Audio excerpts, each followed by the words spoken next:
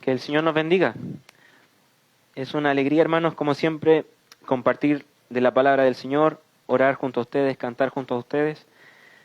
Es una bendición. Vamos a nuestras Biblias. En esta mañana vamos a estar en el Evangelio de Marcos. Evangelio de Marcos. Les invito a que puedan abrir sus Biblias en el capítulo 4.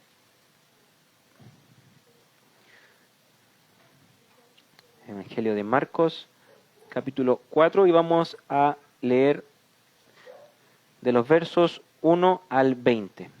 Sé que es un mensaje para algunos muy conocido, así que vamos a estar revisando nuevamente este texto y esta hermosa parábola del sembrador. Marcos capítulo 4, versos 1 al 20. Dice así la palabra del Señor. Comenzó Jesús a enseñar de nuevo junto al mar. Y se llegó a él una multitud tan grande que tuvo que subirse a una barca que estaba en el mar, y se sentó. Y toda la multitud estaba en tierra a la orilla del mar. Les enseñaba muchas cosas en parábolas, y les decía en su enseñanza: escuchen, el sembrador salió a sembrar, y al sembrar, una parte de la semilla cayó junto al camino, y vinieron las aves y se la comieron. Otra parte cayó en un pedregal donde no tenía mucha tierra, y enseguida brotó por no tener profundidad de tierra. Pero cuando salió el sol, se quemó, y por no tener raíz, se secó. Otra parte cayó entre espinos, y los espinos crecieron y la ahogaron, y no dio fruto. Y otras semillas cayeron en buena tierra, y crecieron y desarrollándose dieron fruto. Y produjeron unas a 30, otras a 60, y otras a 100 por uno. Y añadió: el que tiene oídos para oír, que oiga. Cuando Jesús se quedó solo, sus seguidores juntos a los 12 le preguntaron sobre las parábolas. A ustedes les ha sido dado el misterio del reino de Dios, les decía. Pero los que están afuera reciben todo en parábolas, para que viendo vean, pero no perciban, y oyendo oigan, pero no entiendan, no sea que se conviertan y sean perdonados. También les dijo: ¿no entienden esta parábola? ¿Cómo pues comprenderán todas las otras parábolas? El sembrador siembra la palabra. Estos que están junto al camino, donde se siembra la palabra, son aquellos que en cuanto la reciben, al instante viene Satanás y se lleva la palabra que se ha sembrado en ellos. Y de igual manera, estos que se sembró la semilla en pedregales son los que al oír la palabra enseguida la reciben con gozo. Pero no tienen raíz profunda en sí mismo, sino que solo son temporales. Entonces, cuando viene la aflicción o la persecución por causa de la palabra, enseguida se apartan de ella. Otros son aquellos en los que se sembró la semilla entre los espinos. Estos son los que han oído la palabra, pero las preocupaciones del mundo y el engaño de las riquezas y los deseos de las demás cosas entran y ahogan la palabra, y se vuelve estéril. Y otros son aquellos en que se sembró la semilla en tierra buena, los cuales oyen la palabra, la aceptan y dan fruto. Unos a 30, otros a 60 y otros a 100 por uno. Que el Señor nos bendiga. Si usted se fijó, mi hermano puso atención a la imagen de la predicación de hoy. Por sus frutos los conocerán, o por sus frutos los conoceréis, ¿cierto? Como dicen otras versiones. Usted podrá decir, eso yo lo he escuchado antes, ¿cierto? Esa frase, por sus frutos los conocerán, y es una declaración que hace nuestro Señor Jesucristo. Pero lo hace en otro contexto, en otro tipo de enseñanza, y la hace para poder enseñarle a sus discípulos cómo poder diferenciar entre un falso profeta y un verdadero profeta, ¿cierto? Y finalmente, después de toda esa enseñanza, les dice, por sus frutos los conocerán. Esto lo vemos en Mateo capítulo 7, versos 15 al 20. También en el Evangelio de Lucas, capítulo 6. El Señor nos da esa enseñanza. Entonces, ¿por qué yo nombré la predicación por sus frutos los conocerán? Ustedes se preguntarán. Y lo que quise hacer es tomar prestada esa declaración de Jesús y llevarla a este nuevo escenario, hasta este otro contexto, hermanos.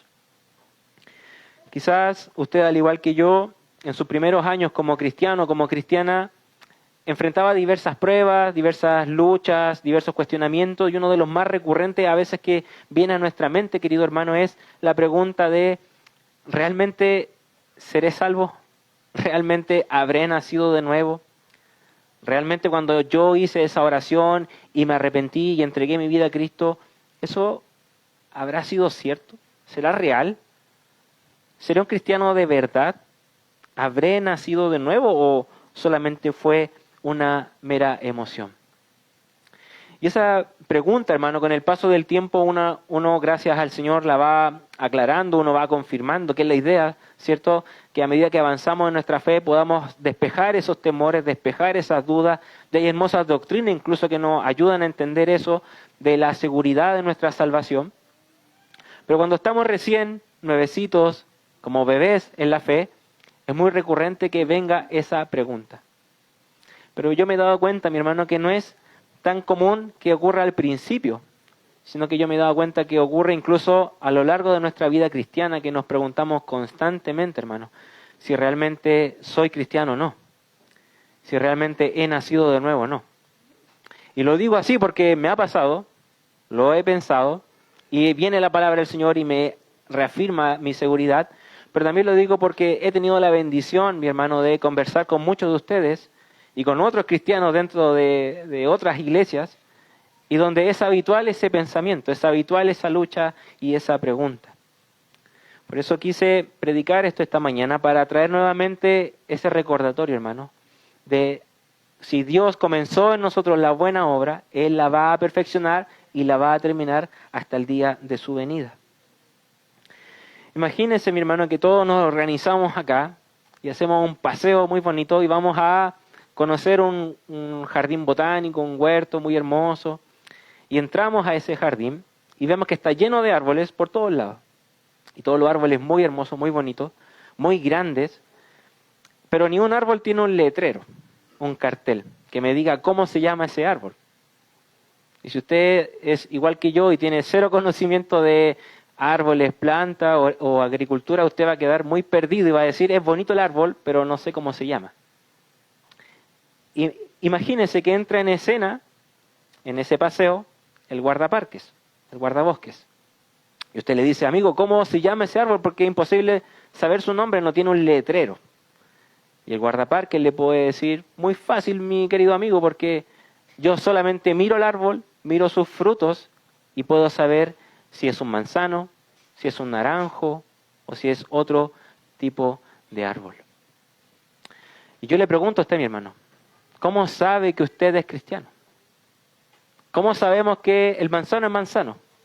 Por sus frutos. ¿Cómo sabemos que el naranjo es un naranjo? Por sus frutos. ¿Cómo conocemos entonces, mi hermano, de que yo y que usted es cristiano? Vamos entonces, querido hermano, a los versos 1, vamos a ir del 1 en adelante, del capítulo 4, y vamos a ver que Jesús se encontraba enseñando a una gran multitud. Jesús se encontraba enseñando a una gran multitud.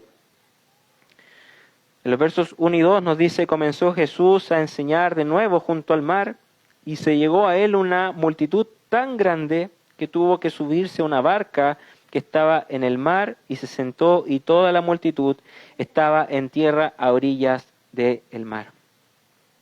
El Evangelio de Marcos o Juan Marcos es un evangelio, hermano, conocido porque muestra a Jesús en constante acción, en movimiento, ¿ya? Jesús moviéndose de distintos lados, por allá, por allá, por allá, empieza a recorrer las provincias, empieza a recorrer Galilea, Capernaum, Jerusalén, y lo que hace en el Evangelio de Marcos, que es como una suerte de, yo lo leí así, como una especie de película de acción, donde Jesús constantemente vence a las enfermedades, a los demonios, expulsa demonios, vence al pecado, vence a los fariseos, vence a la oposición que se le presenta. Finalmente, incluso en el Evangelio muestra cómo Cristo vence a la muerte con su sacrificio en la cruz, ¿cierto? Y como que resalta mucho esta acción de sanar, de curar, a los enfermos. Pero también el Evangelio de Marcos nos muestra que Jesús no solamente sanaba, sino que también enseñaba. En el capítulo 4 nos muestra, y también en el capítulo 13 de Marcos, nos muestra que Jesús entregaba enseñanza y doctrina a las demás personas, ¿ya? Y el nombre de Jesús estaba siendo un nombre muy popular, muy famoso por toda la provincia de Capernaum y de Galilea. Y lo que ocurre acá es que Jesús comenzaba a predicar y enseñar y no predicaba cualquier mensaje. El capítulo 1 de Marcos, en el verso 22, nos dice que las personas se admiraban de su enseñanza porque enseñaba como alguien que tiene autoridad. Como alguien que tiene autoridad en sus palabras, no como los escribas, sino como alguien que realmente tiene una autoridad, y eso asombraba a las personas. Y fíjese, ¿cuál era el mensaje que él predicaba? Capítulo 1, verso 15. El Señor decía, el tiempo se ha cumplido y el reino de Dios se ha acercado. Arrepiéntanse y crean en el Evangelio. O sea, ni siquiera se hacía popular porque él predicaba y decía, unámonos y vamos a derrocar al imperio de Roma, que nos está molestando. O tampoco anunciaba que era una provincia muy pobre y decía, amigos, les traigo un mensaje de prosperidad y de abundancia. No, sino que se hacía popular y famoso en nombre de Jesús por su autoridad y también por lo confrontacional de su mensaje. Llevaba a las personas a meditar y pensar, ¿por qué debo arrepentirme? Y además me invita a creer en el Evangelio. Era impresionante la confrontación de Jesús con estas personas. Y el Señor entonces nuevamente nos dice, ya venía en el capítulo 3, en el capítulo 2, Jesús empieza a recorrer, empieza a expulsar demonios, a sanar enfermos, y ahora dice el capítulo 4, nuevamente se acerca una gran multitud a Él, y ahora lo que hace es entregar una enseñanza. Y a raíz, mi hermano, de lo que yo estuve conversando con otro hermano durante las semanas, me quedó muy grabado esto de que es muy importante el saber transmitir lo que quiero transmitir, ¿cierto? Comunicar bien lo que quiero comunicar. Porque no es lo mismo que yo le diga a usted, mi hermano, hermano, estoy muy feliz, ¿cierto? A decirle, hermano, estoy muy feliz, estoy muy alegre.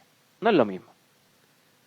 O no es lo mismo que usted me diga, hermano Juan, necesito que usted, por favor, me dé una breve definición de lo que es el Evangelio, pero breve, hermano. Yo le diga, ok, mi hermana, mire, o mi hermano, el Evangelio es esto, nos revela la economía salvífica de la Santísima Trinidad, manifestando la gracia redentora del Dios Trino mediante la encarnación y la mediación del Verbo. Eso es el Evangelio. Y yo puse la misma cara, ¿cierto? No entendí nada. Pero si yo le digo, por supuesto, mi hermano, el Evangelio es esto. Nos muestra cómo Dios nos ama y nos salva por medio de su Hijo Jesucristo. Y después podríamos profundizar más, ¿cierto? Pero esa es una definición breve, concisa y precisa de qué es el Evangelio. Usted lo entendió, yo lo entendí, nadie se complicó. Y cuando Jesús enseñaba así, de forma sencilla, pero dura. De forma concreta, pero al callo, como decimos nosotros. Sin diluir lo que era el Evangelio. Y cuando Él enseñaba, si usted se da cuenta, Él usaba las parábolas. Parábolas. Que en la Biblia hay muchas, muy hermosas. Quizás nosotros crecimos con esta historia, esta enseñanza de las parábolas en la escuela dominical o con algunos predicadores, ¿cierto? Y hoy nos trae la parábola del sembrador. A una provincia, hermano, que estaba acostumbrada, que era una región pesquera, pero también era una región donde se acostumbraba a el trabajo de campo, el trabajo del trigo y de la cebada. Por lo tanto, esta parábola tenía todo el sentido para ellos. No era algo ajeno a la realidad de estas personas, sino que la parábola del sembrador, ellos la iban a entender y la iban a recibir perfectamente. Pero algo, mi hermano, que vamos a ver, y quizás a usted le pasó al comienzo, vamos a ver que la parábola tiene esta función de explicar algo de forma sencilla, una doctrina, una enseñanza, pero la parábola también puede traer confusión y un enigma a una doctrina. Y eso depende mucho de cómo la persona reciba la enseñanza. Si es un corazón o una persona humilde y dispuesta a recibir la enseñanza del Señor, él va a ver la parábola como algo que clarifica una doctrina. Pero si yo me acerco con un corazón incrédulo, duro y orgulloso, la parábola va a ser un enigma para mí, va a ser un misterio, va a ser un juego de palabras, de imágenes, pero no voy a lograr comprender lo que el Señor me quiso decir. Y el Señor entonces ahora comienza con la enseñanza de la parábola, nos da esta hermosa lección de este sembrador que sale al campo a sembrar. Y fíjese que describe 4 terrenos, 4 posibles escenarios donde cae esta semilla que el sembrador lanza. Nos dice una parte, cayó junto al camino, vinieron las aves y se la comieron. Otra cayó entre el pedregal, donde no había mucha tierra, brotó y como no tenía profundidad, el sol apareció y la quemó. Otra parte cayó entre los espinos y esta creció, pero los espinos la ahogaron y por lo tanto no dio fruto. Y otra parte cayó en buena tierra, creciendo y desarrollándose, dio fruto y produjo unas a 30, otras a 60 y otras a 100 por uno. ¿Qué es lo que tenemos acá, mi hermano? ¿Qué es lo que el Señor quiso mostrar o enseñar a estas personas a través de esta parábola? Fíjese lo que el Señor nos quiso mostrar, mi hermano. En los tiempos de Jesús, los agricultores estaban acostumbrados a cargar un bolso, ¿cierto? Un saco sobre sus espaldas y poder lanzar la semilla con su mano. Era un trabajo totalmente artesanal en esa época. Y con sus manos lanzaban la semilla. Y el sembrador no tenía cierto control de dónde iba a caer la semilla, sino que simplemente la lanzaba. Y como en los campos habían franjas de caminos, dice, una parte es la que cayó ahí en el camino. Otra parte, el mismo terreno del campo, tenía piedras, pedregal, un camino rocoso, donde abajo estaba la tierra. Y en el mismo campo, nos dice el Señor, habían espinos que terminan ahogando esta semilla. Y termina la enseñanza diciendo algo así como, el que tiene oídos para oír, que oiga, ¿cierto? Que en términos coloquiales es como, el que entendió, entendió, pero el que entendió, haga algo con esto entendió. Viva de acuerdo a lo que acaba de recibir y a lo que acaba de entender. Y quisiera, hermano, que antes que avanzáramos a la interpretación de la parábola de la semilla, quisiera que nos quedáramos un momento meditando en la enseñanza de Jesús, en cómo Él enseñaba, en cómo Él transmitía su doctrina, cómo Él enseñaba a las demás personas. Vimos que la gente se asombraba porque Él enseñaba como alguien con autoridad. Y eso es un atributo de Cristo. La autoridad con la que Él enseñaba, la firmeza, la justicia con la que Él predicaba y anunciaba el Evangelio.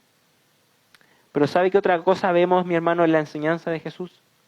Vemos compasión, vemos misericordia, vemos amor por los que aún viven en tinieblas, amor por los que están perdidos.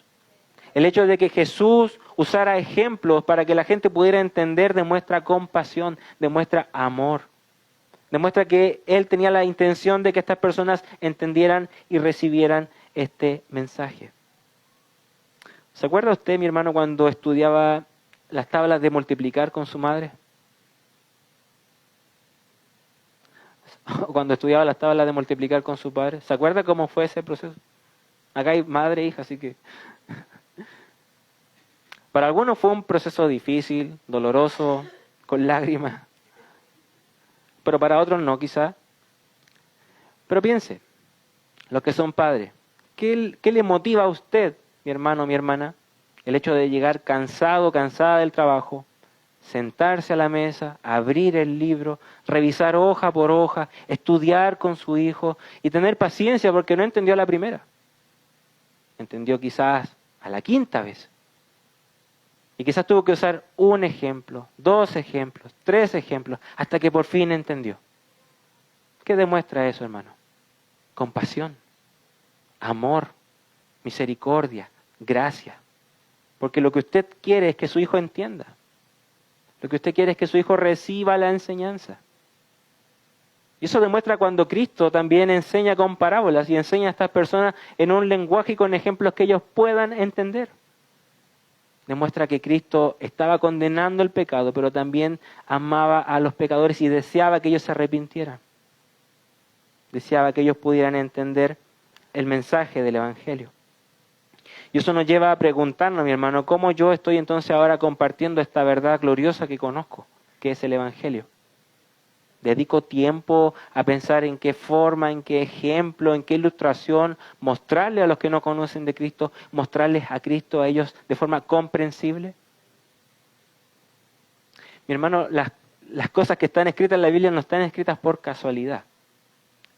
¿Ha pensado por qué el Señor utilizó la parábola de un sembrador para mostrarnos el ejemplo de cómo es el sembrar la palabra de Dios?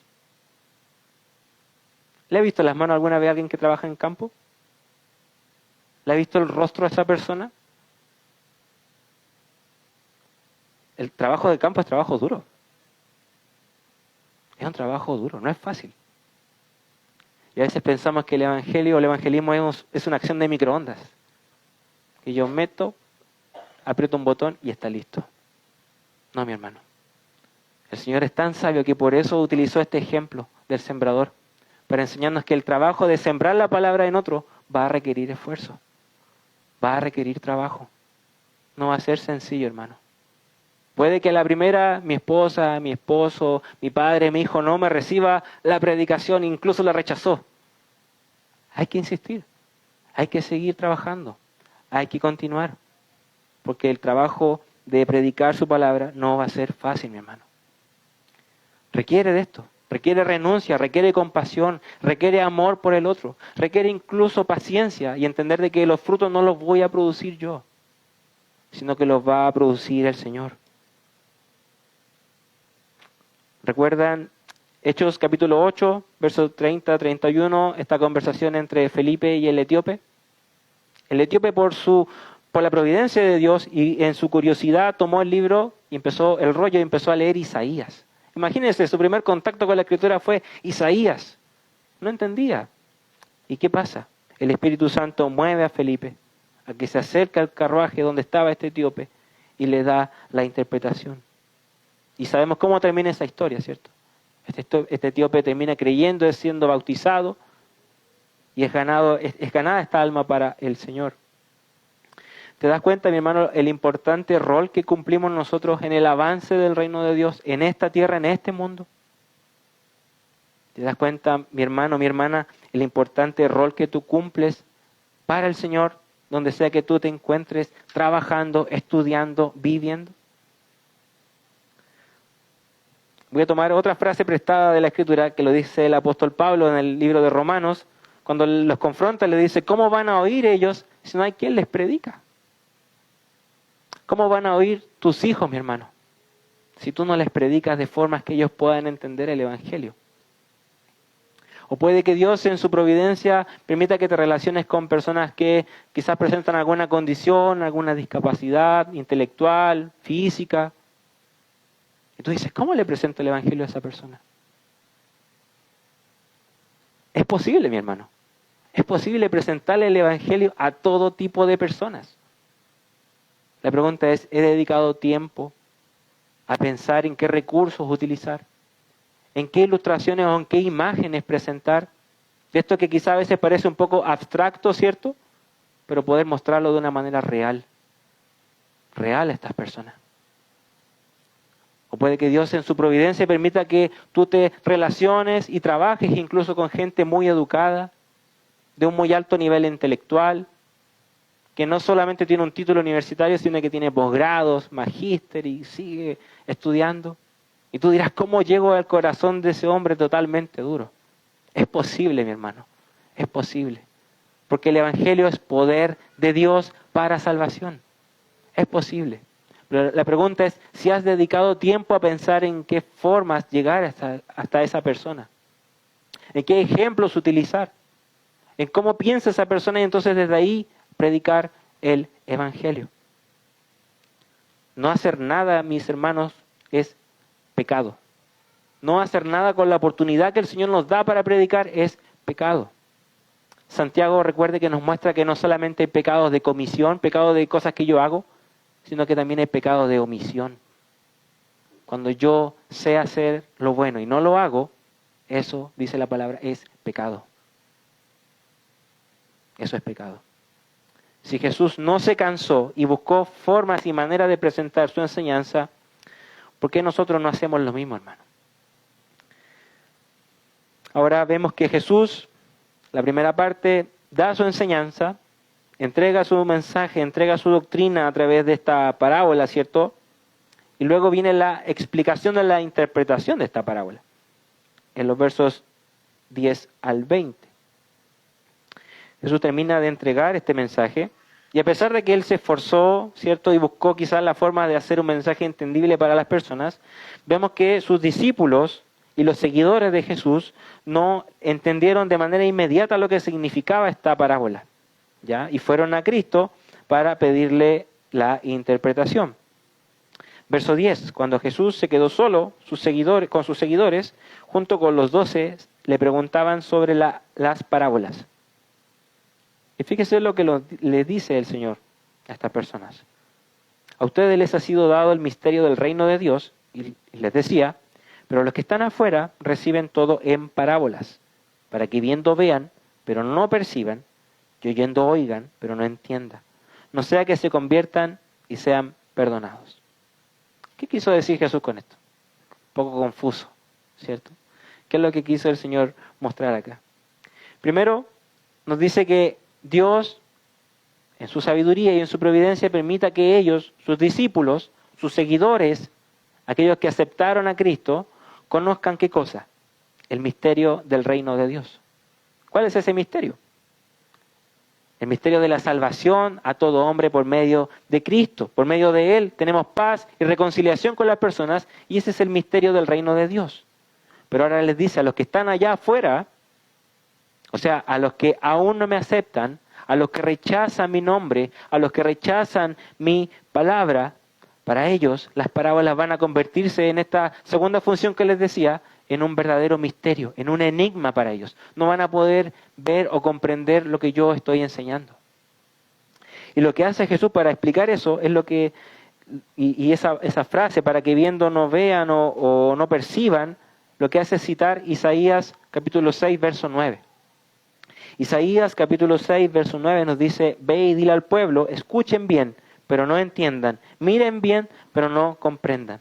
Y el contexto de esa declaración es cuando ya el pueblo de Israel había crecido tanto en su maldad, había crecido tanto en su obstinación contra Dios, que Dios en su juicio decide castigar a este pueblo y disciplinar a ese pueblo. Y de cierta manera endurece el corazón de ese pueblo, cierra el entendimiento y el oído de ese pueblo, para que no escuchen la advertencia del profeta Isaías. Y sabemos cómo fue el fin de Israel, ¿cierto? Lo hemos estado viendo con los libros de Daniel. Ese fue el juicio de Dios para la nación de Israel. Y lo que está mostrando Cristo entonces acá es que hay personas dentro de la multitud que me vienen a ver o a escuchar, hay personas que no me vienen a ver y escuchar a mí de forma honesta, de forma sincera, sino que vienen con duda en su corazón, vienen con incredulidad en sus vidas, vienen incluso a cuestionar lo que yo estoy enseñando. Para ellos las parábolas van a ser un velo que va a tapar este misterio y va a ocultar esta verdad. Y cita este juicio que pronunció el profeta Isaías a la nación de Israel, y Jesús cita ese juicio a aquellos oyentes que se acercan con un corazón duro, con un corazón orgulloso, con un corazón con incertidumbre. ¿Te ha pasado a ti, mi hermano, que hablas con alguien que no es creyente y conversa y tú le dices, pero mi hermano o amigo, mira, la escritura es obvia, es obvio que Dios existe, Dios es veraz, Dios es poderoso, o bueno, ya no crees en la Biblia, pero entonces mira con tus ojos, mira la creación, eso alguien lo tuvo que haber creado, y ese alguien es Dios, y mira, acá te lo muestro en Génesis, y la persona te dice, no, conmigo no. Esa es tu fe, son tus cuentos, tus fantasías, pero yo prefiero escoger o elegir creer en otra cosa. Y así se siente uno cuando ve lo obvio y las demás personas no lo ven. Para ellos esta verdad no es comprensible aún. No es comprensible aún. Piense en lo siguiente, mi hermano. Dos personas, dos amigos, ocupan anteojos, así como yo, deciden ir juntos a una exposición de arte. Y ambos deciden ir juntos, y llega el día, entran a la exposición de arte, y uno se dio cuenta que tenía sus anteojos un poco sucios. Lo que hace es limpiar sus lentes. Pero el otro va con los lentes así, todo sucio y cochino, va igual nomás a la exposición de arte. El que limpió sus lentes le dice al otro, oye, pero fíjate en el hermoso cuadro que está delante de nosotros. Mírate, fíjate en esos relieves, en la iluminación, en la pintura, en los retoques. Asombroso el que creó eso. Pero el otro que no limpió sus lentes va a decir, yo solamente veo borroso, no veo más. Y eso ocurre, mi hermano, con el que no es creyente aún. Ve todo esto de forma borrosa, incomprensible. Él no logra creer en eso, ve incluso la creación misma, pero no logra comprender de que el autor y el diseñador detrás de eso es Dios. Y cuando Cristo enseñaba, habían personas que tenían ese nivel de duda, hermano. A pesar de una parábola, a pesar de una explicación, habían personas con tal nivel de incredulidad que no iban a comprender. Y Jesús ahora se dirige a sus discípulos en el verso 13 y le dice, ¿no entienden esta parábola? ¿Cómo pues van a comprender las otras parábolas que van a venir? Y aquí Jesús nos lo confronta como en un tono de, pero si es obvio, ¿cómo no van a entender?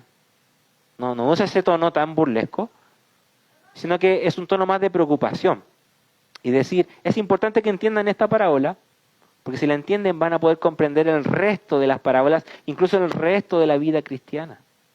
Es tan trascendental para Jesús, mi hermano, que entiendan este mensaje, que Él se detiene a explicarlo. Lo que Jesús mostró en este mensaje y en esta enseñanza son los efectos que produce el Evangelio en la vida de la persona que lo recibe. El fruto y los efectos del Evangelio en la vida de la persona que acepta al Señor y recibe a Cristo como su Salvador. Y ahora viene la explicación. Nos dice el sembrador, en el verso 4, que siembra, esta semilla es la palabra de Dios. Eso es lo que el sembrador sale a lanzar en el campo, la palabra de Dios. Y vemos cómo esta palabra entonces cae en 4 escenarios, en 4 terrenos, o si quiere verlo usted de esta manera, en 4 tipos de personas, en 4 corazones distintos. El primer grupo, en el verso 15, nos dice, son aquellos que caen en el camino, y estos son los que oyen la palabra, pero al instante viene Satanás y se lleva la palabra que ha sido sembrada en ellos. Y estas podrían ser aquellas personas, hermano, que en un evangelismo no reciben un tratado, lo leen, o no aceptan una conversación, no se escuchan, y dicen, sí, muy bonito todo, muy hermoso lo que tú me predicas, pero al instante viene Satanás, nos dice el Señor, lo que hace es sembrar pensamientos de incredulidad en la mente de estas personas. Empiezan a dudar del Evangelio. Por lo tanto, esta semilla es arrebatada por Satanás y no produce ningún fruto. Ningún fruto.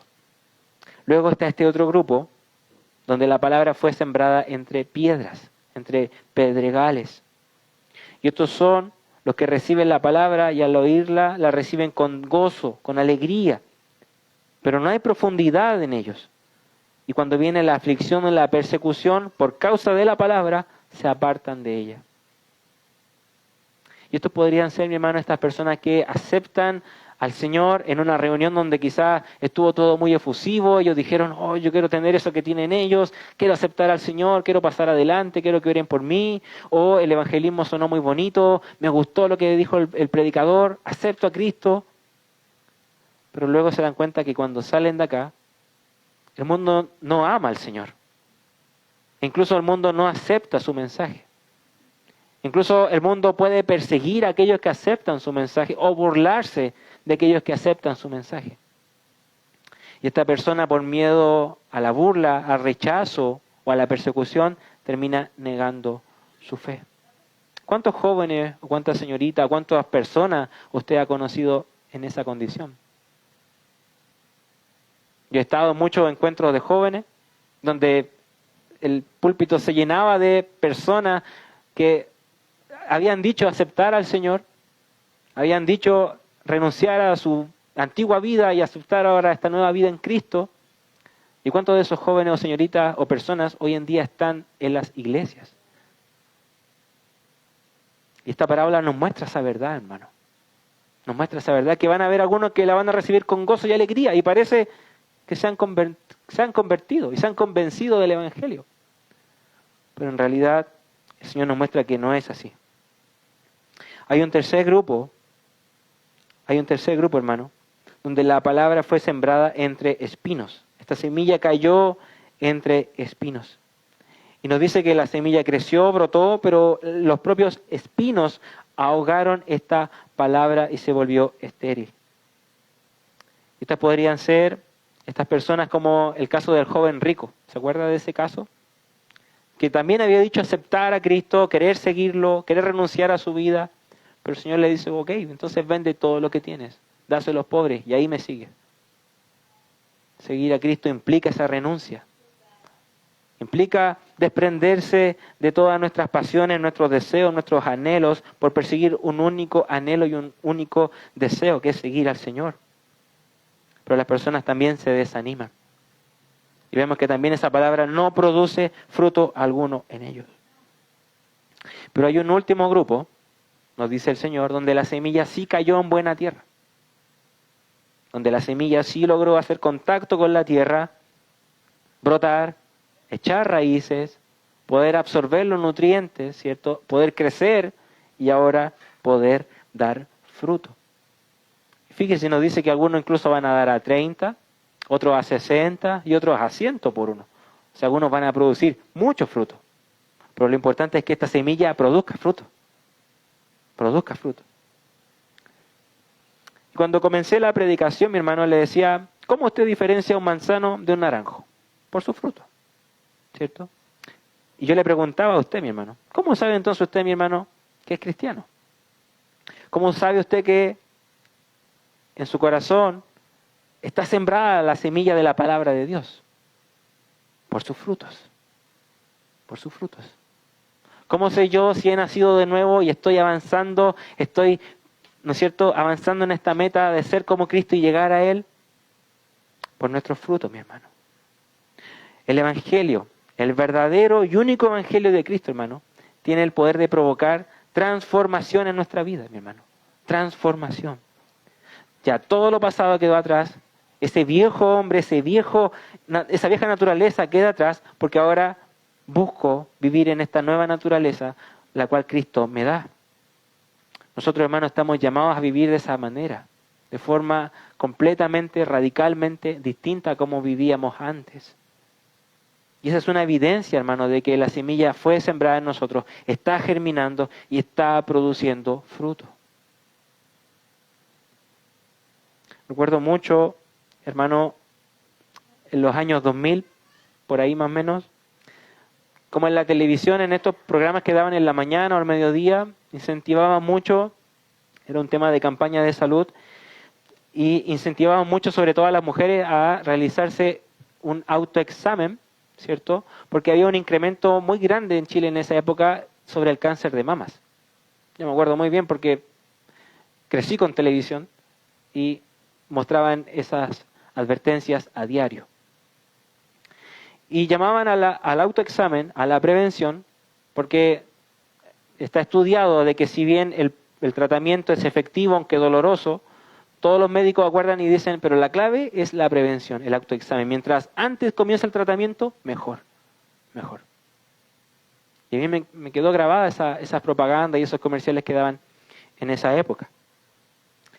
Y hermano, mientras yo oraba, leía el mensaje, preparaba el sermón, decía, Señor, usa esta palabra como un llamado al autoexamen en nosotros. A que podamos autoexaminarnos, mi hermano. Yo no la voy a examinar a usted, yo no voy a evaluarlo a usted, mi hermano, sino que usted mismo autoexamínese. Y tome esta palabra.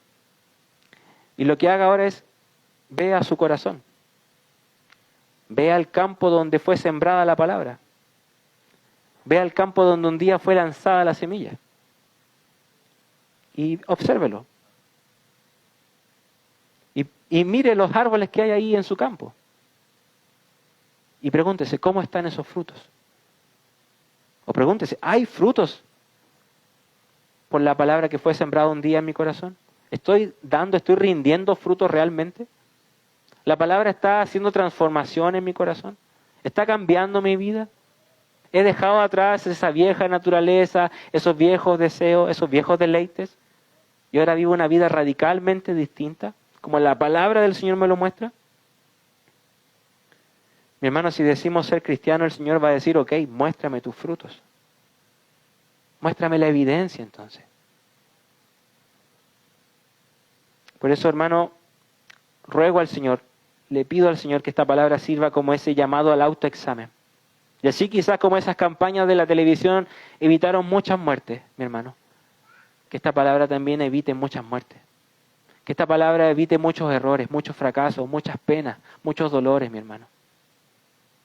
Que usted pueda observar su corazón y ver y meditar si realmente está rindiendo fruto esa palabra que fue sembrada. Gálatas 5, 22, 23, muy famoso, nos dice cuáles son incluso estos frutos que el Señor siembra en nosotros. El fruto del amor, del gozo, la paz, la paciencia, la benignidad, la bondad, la fidelidad, mansedumbre, dominio propio. ¿Están esos frutos en ti, mi hermano?